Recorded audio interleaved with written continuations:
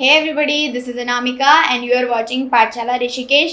स्वागत है आपका हमारी डे 9 की एमसीक्यू सीरीज़ में, जो कि हम आपके उत्तराखंड पुलिस या आपके जितने भी सेंट्रल लेवल के एग्जामिनेशन है उसके लिए हम कर रहे हैं। बेसिकली ये स्टैटिक जीके का पोर्शन है, यानी कि जो आपके लूसेंट में लिखा हुआ जितना भी स्टैटिक जीके का पोर्शन होता है उसको हम कवर कर रहे हैं। 25 क्वेश्चन के सेट हम डेली लेके आते हैं और उसके साथ साथ मेरी कोशिश होती है कि जितनी भी उससे डिटेल्स एक्सप्लेनेशन उसकी होती है वो भी मैं आपके साथ डिस्कस करती हूँ। ठीक है, तो शुरू करते हैं बिना किसी देरी के। ये रहा पहला क्वेश्चन आपकी स्क्रीन पर। आपको पूछा कि राफेल नडाल कौन से, पहले तो आपको पता होना चाहिए कौन से स्पोर्ट से बिलोंग करते हैं, तो टेनिस ये खेलते हैं। ठीक है, तो राफेल नडाल नाम जो आपने सुना है, ऑब्वियसली आपने सुना ही होगा, तो ये कौन सी कंट्री से बिलोंग करते हैं, ये क्वेश्चन आपको बेसिकली यहाँ पे पूछा जा रहा है।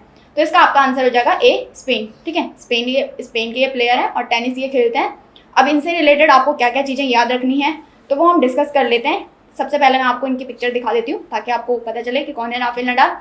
तो एक साल में 4 ग्रैंड स्लैम होते हैं, आप सब लोगों को पता है। पहला जो आपका होता है वो होता है ऑस्ट्रेलियन ओपन, दूसरा होता है फ्रेंच ओपन, तीसरा विंबलडन और लास्ट में आपका यूएस ओपन। ये जो ग्रैंड स्लैम होते हैं ये इसी सीक्वेंस में होते हैं और इसी सीक्वेंस में आपको पूछे जाते हैं। कभी अगर पूछ लिया कि दूसरे पे कौन सा ग्रैंड स्लैम होता है तो आपको पता होना चाहिए इनका ये सीक्वेंस। तो इस बार का जो ऑस्ट्रेलियन ओपन हुआ वो हो चुका है 2022 का, जनवरी में ये खेला जाता है। तो ये किसने जीता है, ये जीता आपका राफेल नडाल ने। तो इसीलिए मैं बता रही थी कि इनसे रिलेटेड चीज़ें आपको याद करनी है। तो इस ग्रैंड स्लैम को जीतने के बाद इनके पास टोटल 21 ग्रैंड स्लैम हो चुके हैं, जो कि सबसे ज़्यादा मेन टेनिस प्लेयर में किसी के पास है। तो ये नंबर 1 पे आ चुके हैं ग्रैंड स्लैम के मामले में। तो ये सारी चीज़ें आपको इनसे याद रखनी है। अगले क्वेश्चन की तरफ बढ़े तो अगला क्वेश्चन आपको पूछा है कि भारत में किसी राज्य के उच्च न्यायालय की पहली महिला मुख्य न्यायाधीश कौन थी। यानी कि आपको चीफ जस्टिस पूछ रहा है किसी भी हाई कोर्ट में भारत में कौन थी, महिला की बात यहाँ पे हो रही है। तो आपका आंसर यहाँ पे हो जाएगा बी, लीला सेठ। ठीक है, तो ये दिल्ली हाई कोर्ट की चीफ जस्टिस बनी थी, महिला चीफ जस्टिस बनी थी, पहली थी, इसलिए आपके लिए महत्वपूर्ण हो जाता है। यहीं पे अगर आप डी ऑप्शन देख रहे होंगे फातिमा बीवी, तो ये नाम भी आपको सुना सुना लग रहा होगा। तो फातिमा बीवी कौन थी, ये थी आपकी सुप्रीम कोर्ट की पहली जज। यहाँ पे मैं जज की बात कर रही हूँ, सुप्रीम कोर्ट की आज तक कोई भी चीफ जस्टिस भारत की नहीं रही है, तो इसीलिए आपके लिए महत्वपूर्ण हो जाता है। ऐसे क्यों देख रहे हो मेरे को, दोनों बार सुप्रीम कोर्ट बोले तो मैं करेक्ट कर रही थी ना।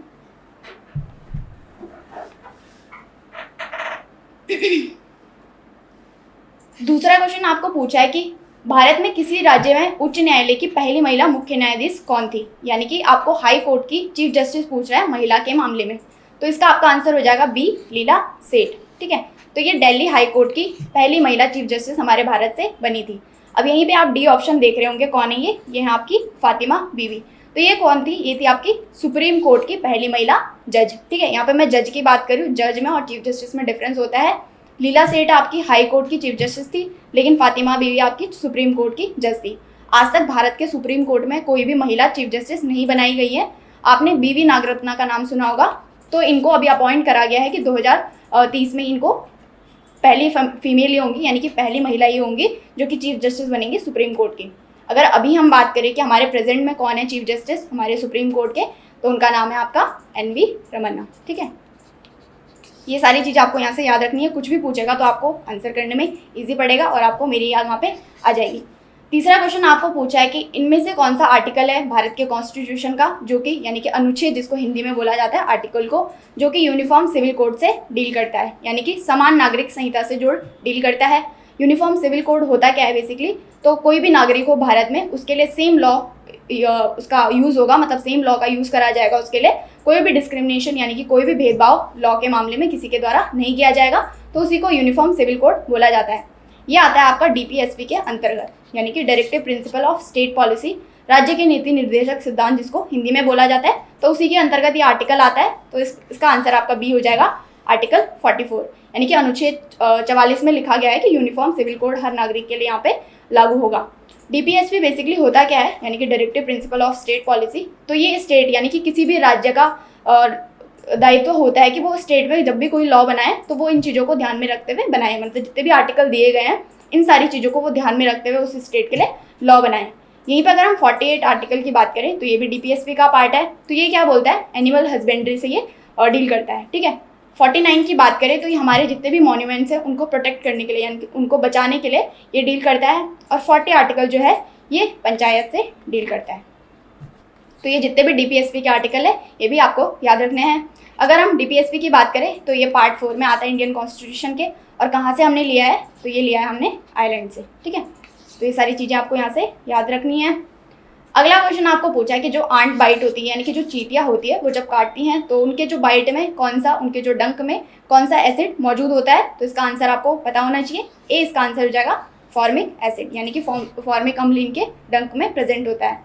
यहीं पे अगर हम मैलिक एसिड की बात करें तो ये फ्रूट्स में पाया जाता है मेनली, जैसे कि आपका सेब में पाया जाएगा ये, ठीक है, अमरूद में, इस तरीके के जो फ्रूट्स होते हैं उसमें आपका मैलिक एसिड पाया जाता है। सिट्रिक एसिड की बात करें तो जितने भी खट्टे पदार्थ होते हैं उसमें आपका सिट्रिक एसिड पाया जाता है, या विटामिन सी उसमें पाया जाता है। तो ये सारी चीज़ें आपको यहाँ से याद रखनी है। अगला क्वेश्चन आपको पूछा है कि भारत के पहले हेल्थ मिनिस्टर कौन थे या कौन थी, ये पूछा है आपको। तो इसका आंसर हो जाएगा आपका डी, राजकुमारी अमृत कौर। और ये साथ ही पहली महिला थी जो कि किसी ऐसी पोस्ट पे पहुंची थी, सेंटर की यूनियन की कोई पोस्ट पे पहुंची थी, पहली महिला ये बनी थी, ठीक है, मतलब मंत्री परिषद में इनको जगह दी गई थी। क्या नाम है इनका? राजकुमारी अमृत कौर। यहीं पे कुछ और नाम देख लेते हैं जिनको कि यूनियन में कैबिनेट में जगह मिली थी जब हमारा देश आज़ाद हुआ था। तो मौलाना अबुल कलाम आज़ाद का नाम आप सब लोगों ने सुना था, ये हमारे शिक्षा मंत्री थे, ठीक है, पहले शिक्षा मंत्री थे मौलाना अबुल कलाम आज़ाद। सरदार वल्लभ भाई पटेल ये गृह मंत्री थे, यानी कि पहले गृह मंत्री पूछेगा तो ये थे। और विजय लक्ष्मी पंडित की बात करें तो ये कौन थी? ये यूनाइटेड नेशन में जो जनरल असेंबली होती है उसमें पहली महिला अध्यक्ष बनी थी। तो बहुत ही महत्वपूर्ण नाम आपके लिए विजय लक्ष्मी पंडित का भी हो जाएगा, क्योंकि भारत से ये थी तो इसलिए महत्वपूर्ण हो जाएगा। अगला क्वेश्चन आपको पूछा है कि नेशनल स्पोर्ट्स डे, यानी कि हम जो राष्ट्रीय खेल दिवस मनाते हैं, कब मनाते हैं? तो ये मनाते हैं हम 29 अगस्त, ठीक है। तो ये हम किसके जन्मदिवस के रूप में मनाने के लिए हम इसको मनाते हैं? तो इसका आपका आंसर हो जाएगा ए, ध्यानचंद। यानी कि जो मेजर ध्यानचंद थे उनके जन्मदिवस को सेलिब्रेट हम कब करते हैं? 29 अगस्त को, और इसी दिन हम उसको खेल दिवस के रूप में मनाते हैं। कौन थे ये? इनको क्या बोला जाता है? तो इनको बोला जाता है हॉकी के जादूगर। तो इस तरीके से अगर आपको निकनेम भी पूछता है कि हॉकी के जादूगर किसको बोला जाता है, तो मेजर ध्यानचंद आपका आंसर हो जाएगा। इनसे रिलेटेड अभी एक और डेवलपमेंट हुई है, जो हमारा राजीव गांधी खेल रत्न अवार्ड हुआ करता था पहले, जिसका नाम, तो उसका नाम अब मेजर ध्यानचंद खेल रत्न अवार्ड रख दिया गया है। तो इसलिए महत्वपूर्ण हो जाता है, क्योंकि कोई चीज़ न्यूज़ में चल रही होती है तो वहाँ से आपके लिए क्वेश्चन बनने के चांसेस होते हैं। कब स्टार्ट हुए थे आपके राजीव गांधी खेल रत्न अवार्ड? तो ये 1991 से 92 में स्टार्ट करे गए थे। पहला जो मिला था वो किसको मिला था? तो अगर क्वेश्चन पूछेगा तो विश्वनाथ आनंद, जो कि कौन है, जिससे ये रिलेटेड है, तो इनको पहला राजीव गांधी खेल रत्न अवार्ड से सम्मानित किया गया था। तो ये सारी चीज़ें आपको यहाँ से याद रखनी है।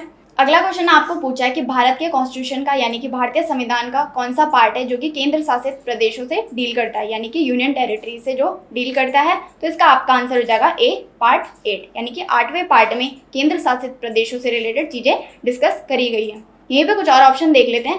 पार्ट 1 की हम बात करें तो इसमें यूनियन और उसकी जो टेरिटरीज हैं उनके बारे में डिस्कस करा गया है।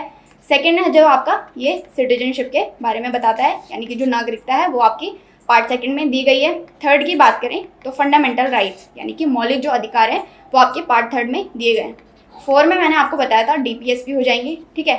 5th में आपका यूनियन हो जाएगा, ठीक है। 6 में स्टेट हो जाएगा, 7 हटा दिया गया है, और 8th मैंने आपको बता दिया क्या हो जाएगा हमारा यूनियन टेरिटरीज। तो इस तरीके से आपको चीज़ों को कनेक्ट करते हुए पढ़ना है और सारी चीज़ें आपको रिकॉल करनी है, क्योंकि आई होप आपको ये सारी चीज़ें पहले से ही आती रही होंगी। बस यहाँ पे क्या हो रहा है, आपका रिवीजन हो रहा है, और अगर नहीं आती है तो याद कर लीजिए, ये भी आपके लिए महत्वपूर्ण ही है। अगला क्वेश्चन आपको पूछा है कि जो 23.5 डिग्री नॉर्थ एक रेखा जाती है बीच से, ठीक है, एक बला जाती है हमारे बीच से, तो वो भारत को 2 भाग में डिवाइड करती है, मतलब अप्रॉक्स 2 भाग में वो डिवाइड करती है, भारत के बीचों बीच से वो जाती है। तो उस रेखा का आपको नाम बताना है। तो ये हो जाएगी आपकी D, tropic of cancer, Hindi में जिसको कर्क रेखा बोला जाता है। तो ये भारत के बीचों बीच से जाती है और भारत के 8 राज्यों से होकर ये गुजरती है। तो आपको 8 राज्यों के नाम पता होने चाहिए अगर आपको, क्योंकि इस तरीके से क्वेश्चन पूछेगा कि इनमें से कौन सा राज्य है जिससे कि कर्क रेखा नहीं गुजरती है, तो आपको सारे राज्य पता होने चाहिए, तभी आप इसका आंसर कर पाएंगे। तो हम क्या कर लेते हैं, भारत का मैप देख लेते हैं और इसमें ड्रॉ कर लेते हैं कि कहाँ कहाँ से आपकी कर्क रेखा जाती है। तो पहले तो आपको ये पता होना चाहिए 23.5 डिग्री नॉर्थ में ये है, ठीक है। सबसे पहले ये जाती है आपके गुजरात से, फिर राजस्थान, यहाँ पे आपका एमपी आ जाएगा, यानी कि मध्य प्रदेश, ये आपका हो जाएगा छत्तीसगढ़, यहाँ पे हो जाएगा झारखंड, ठीक है, वेस्ट बंगाल, यहाँ पे आपका छुटकू सा त्रिपुरा, एंड लास्ट में आपका मिजोरम। तो ये 8 राज्य हो गए, और 8 को आपको याद रख लेना है। देख रहे होंगे आप, ये आपकी ट्रॉपिक ऑफ कैंसर यहाँ से जा रही है। राजस्थान से ये छोटा सा पार्ट इसका कवर करती है, इसलिए राजस्थान भी आपका हो जाएगा। तो इस तरीके से आपको इन 8 राज्यों को याद कर लेना है, कुछ भी पूछेगा तो आप इजिली आंसर कर पाएंगे। अगला क्वेश्चन पूछा है कि जो पाइनएप्पल यानी कि जो नाशपाती होता है वो किस प्रकार का पौधा होता है। तो कुछ टाइप्स होते हैं प्लांट्स के, तो कौन कौन से वो होते हैं। पहला जो ऑप्शन आपके लिए रखा गया है ये है हाइड्रोफाइट। हाइड्रोफाइट वो प्लांट होते हैं जो कि पानी में ही रहते हैं, जो सिर्फ पानी में ही अपना जीवन यापन कर सकते हैं। मीजोफाइट की अगर हम बात करें तो ये वो प्लांट होते हैं जो जिनको कि बहुत कम पानी में भी ये जी सकते हैं। ठीक है, हाइड्रो से तो आपको पता चल ही रहा होगा ये पानी से रिलेटेड है, तो ईजी रखेगा आपको याद रखने के लिए। जीरोफाइट की हम बात करें तो इनके लिए कोई भी पानी की ज़रूरत नहीं रहती है, यानी कि ये सूखे में भी रह सकते हैं। और हाइग्रोफाइट की बात करें तो ये मॉइस्चर इनको चाहिए होता है, ये लैंड पे मौजूद होते हैं लेकिन इनको थोड़े बहुत मॉइस्चर की ज़रूरत होती है, यानी कि थोड़ी बहुत इनको नमी की ज़रूरत होती है। तो इसलिए अभी आपका आंसर हो जाएगा सी जीरोफाइट, यानी कि जो पाइनएप्पल जो नाशपाती का आपका पौधा होता है ये बिना किसी पानी के भी रह सकता है, अपने को जी सकता है, तो इसलिए आपका आंसर सी हो जाएगा। अगला क्वेश्चन आपको पूछा है कि इनमें से कौन सी ग्लैंड है जो कि सारी जो एंडोक्राइन ग्लैंड होती हैं उनको ये नियंत्रित करती है, उनको ये रेगुलेट करने का काम करती है। तो इस ग्रंथि को क्या बोला जाता है, इसको बोला जाता है आपका मास्टर ग्रंथि। तो मैंने हिंट आपको दे दी है, आपका आंसर क्या हो जाएगा यहाँ पे बी पिट्यूटरी ग्लैंड। तो ये ग्लैंड होती है मास्टर ग्लैंड, इसको बोला जाता है। तो जितनी भी एंडोक्राइन ग्लैंड होते हैं उनको ये रेगुलेट करने का काम करती है। 2 तरीके की ग्लैंड मैं आपको ऑलरेडी बता चुकी हूँ, एक एंडोक्राइन और एक एक्सोक्राइन। ठीक है, तो जितनी भी एंडोक्राइन है उनको कौन रेगुलेट कर रहा है, पिट्यूटरी ग्लैंड उनको रेगुलेट कर रहा है। यहीं पे अगर हम पैनक्रियास की बात करें तो ये मिक्स ग्लैंड हो जाएगी, यानी कि एंडोक्राइन और एक्सोक्राइन दोनों फंक्शन ये प्ले करती है। तो मिक्स ग्लैंड अगर आपको पूछता है तो पैनक्रियास इसका आंसर हो जाएगा। पाइनियल ग्लैंड की बात करें तो ये आपके मस्तिष्क में प्रेजेंट होती है और इसका काम क्या होता है, जब हम सोते हैं मतलब जो भी हमारा स्लीपिंग चक्र होता है तो उसको रेगुलेट करने का काम ही पाइनियल ग्लैंड का यहाँ पे होता है। एड्रिनल ग्लैंड की बात करें तो इससे एड्रिनलिन हार्मोन सिक्रीट होता है। तो ये सारे फैक्ट्स आपको यहाँ से याद रखने हैं। बायोलॉजी आपकी बहुत ज़्यादा पूछी जाती है किसी भी एग्जाम में एज कंपैरिजन टू फिजिक्स और केमिस्ट्री। फिजिक्स और केमिस्ट्री में आपको ज़्यादातर क्या पूछता है, या तो आपको एसआई यूनिट इस तरीके से पूछी जाती है, लेकिन आपको बायोलॉजी से जितने भी क्वेश्चन मैं रोज़ आपके लिए कुछ क्वेश्चन बायोलॉजी से लेके आती हूँ ताकि आपको वो चीज़ें भी याद होती जाएँ साथ साथ। अगला क्वेश्चन आपको पूछा है कि भारत में जूट का सबसे बड़ा उत्पादक राज्य कौन सा है, यानी कि जूट का सबसे बड़ा प्रोड्यूसर कौन सा है। तो इसका आपका आंसर हो जाएगा ए वेस्ट बंगाल। तो वेस्ट बंगाल से कुछ और चीज़ें डिस्कस कर लेते हैं। यहाँ पे तो आपने सीधा याद कर लिया। अब इसके सीएम और गवर्नर आपको पता होने चाहिए। सीएम हो जाएंगे ममता बनर्जी और गवर्नर हो जाएंगे जगदीप धनखड़। ठीक है, ये सारी चीज़ें आपको याद रखनी है। और इससे अभी हमने एक और चीज़ देखी थी कि जो कर्क रेखा है यानी कि जो ट्रॉपिक ऑफ कैंसर है वो आपके वेस्ट बंगाल से होकर भी गुजरती है। अगला क्वेश्चन पूछा है कि WWW यानी कि जिसकी फुल फॉर्म भी पहले आपको पूछती है, तो वर्ल्ड वाइड वेब इसकी फुल फॉर्म हो जाएगी। इसकी फॉर्मेशन कब करी गई थी, 1989 में इसकी फॉर्मेशन करी गई थी। तो तीनों फैक्ट्स तो आपको क्वेश्चन में ही पता चल गए। अब क्वेश्चन पूछ क्या रहा है आपको कि इसकी खोज करी किसने थी। तो इसका आपका आंसर हो जाएगा सी टिम बर्नर्स-ली। तो इन्होंने इसकी खोज कब करी थी, 1989 में। और इसकी फुल फॉर्म आपको याद रखनी है, WWW आप यूज़ करते हैं तो वर्ल्ड वाइड वेब इसकी फुल फॉर्म हो जाएगी। ठीक है, यहीं पे ऑप्शन की बात करें और तो बिल गेट्स कौन है, ये हैं आपके माइक्रोसॉफ्ट के CEO और फाउंडर।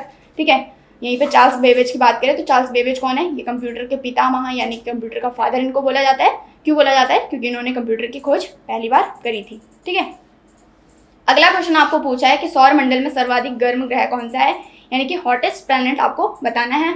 तो इसका आपका आंसर हो जाएगा वीनस, यानी कि सी शुक्र जिसको हिंदी में बोला जाता है। तो ये सौर मंडल का सबसे गर्म ग्रह है। क्यों ये है, तो एक तो इसका जो एटमॉस्फेयर है यानी कि इसका जो वातावरण है वो कार्बन डाइऑक्साइड से बना हुआ है और ऊपर से इसमें क्लाउड भी होता है। तो जो भी गैसेस आती हैं यानी कि जो भी सन रेजेस आती हैं वो अंदर तो चली जाती हैं लेकिन वो उन बादलों की वजह से बाहर नहीं आ पाती है, इसलिए गर्म ही रहता है। जबकि आपने देखा होगा सबसे क्लोजेस्ट प्लैनेट कौन सा है सन के, तो ये हो जाएगा आपका मरकरी यानी कि बुध। तब भी आपका वीनस सबसे गर्म प्लैनेट हो जाएगा। तो इसलिए कंफ्यूज आपको हो जाता है इस क्वेश्चन में, तो वो नहीं होना है, वीनस इसका सीधा आंसर आपका हो जाएगा।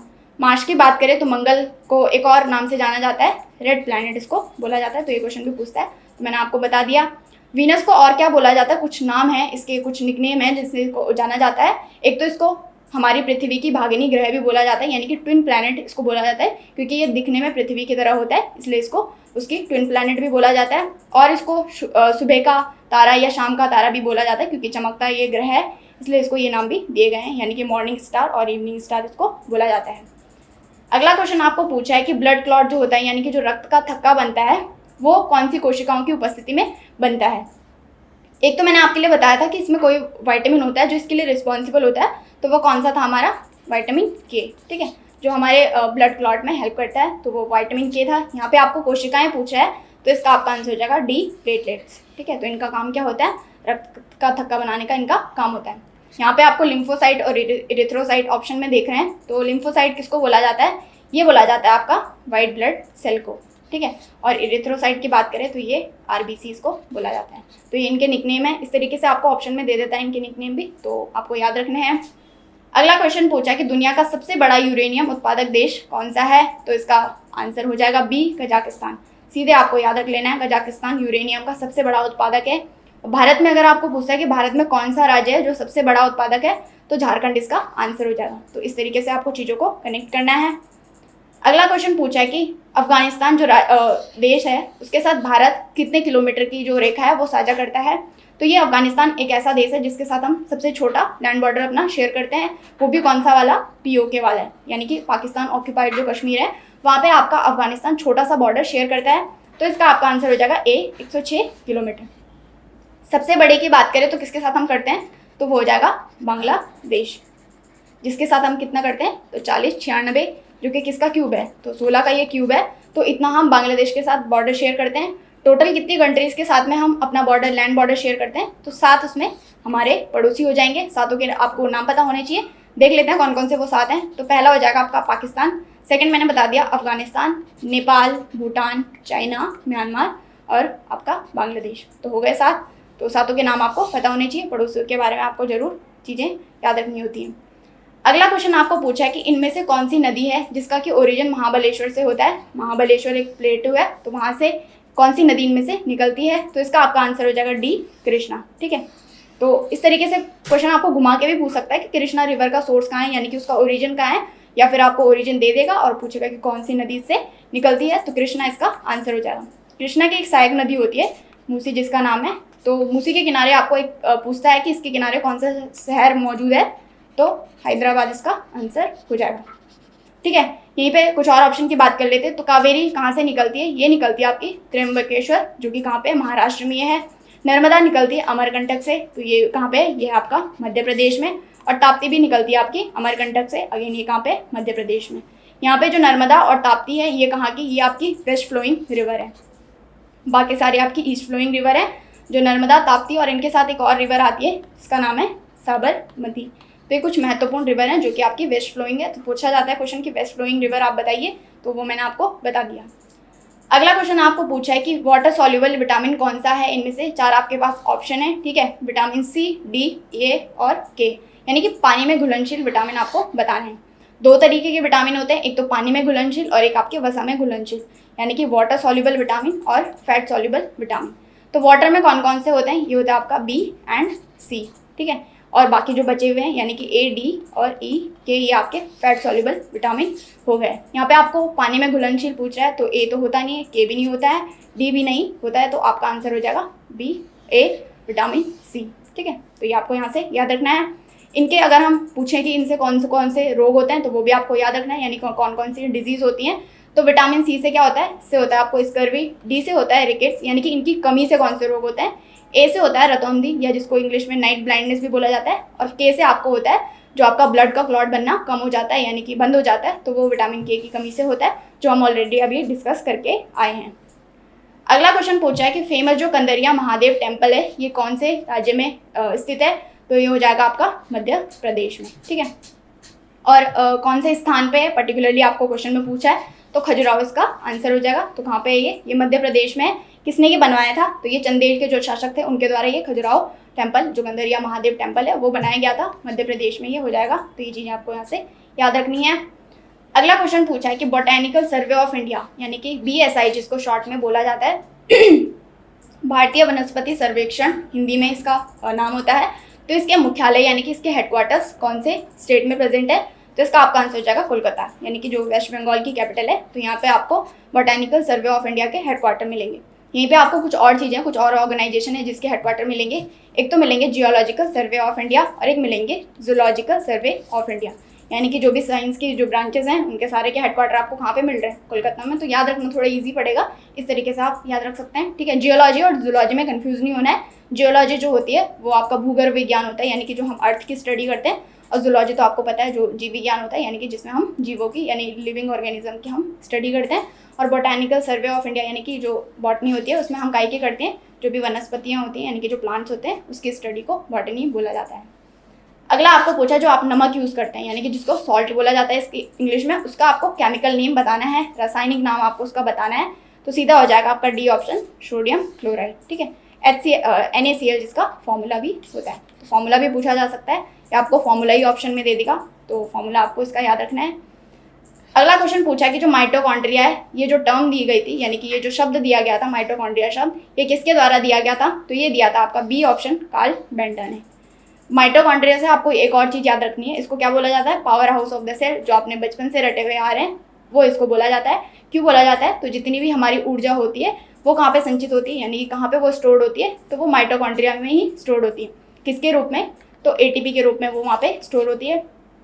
जब भी हमें हमारी एनर्जी की ज़रूरत होती है यानी कि जब भी ऊर्जा की ज़रूरत होती है तो हम माइटोकॉन्ड्रिया को रिक्वेस्ट करते हैं कि भैया हमें थोड़ी ATP दे दीजिए, तो वो हमें ऊर्जा देता है और फिर हम कोई काम करते हैं। अगला क्वेश्चन पूछा कि जापान की आपको मुद्रा बतानी है यानी कि करेंसी ऑफ जापान। ठीक है, जापान की कैपिटल क्या है? टोक्यो इसकी कैपिटल हो जाएगी। जहाँ पे अभी हाल ही में ओलंपिक भी हुए थे तो वही जापान की कैपिटल है।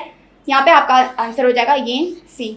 ठीक है, तो ये हो जाएगी आपकी जापान की कैपिटल करेंसी। यहीं पे अगर हम रेनमिनबी की बात करें तो ये किसकी है? ये भी हमारे पड़ोसी देश की है यानी कि चाइना की हो जाएगी। यूरो जो आपकी यूरोपियन कंट्रीज हैं, बहुत सारी यूरोपियन कंट्री है जो कि यूरो का यूज़ करती हैं। और डॉलर कहाँ पे चलता है आपका? मेनली आपका USA और बहुत सारी और कंट्रीज हैं जो कि डॉलर का इस्तेमाल करती हैं। अगला क्वेश्चन पूछा कि माई लाइफ माई मिशन, ये किसकी ऑटोबायोग्राफी है? ऑटोबायोग्राफी का मतलब होता है जो कि खुद के द्वारा लिखी गई जीवन कथा होती है। तो ये किसकी है? ये आपकी बाबा रामदेव जी की। तो याद रखना है माई लाइफ माई मिशन।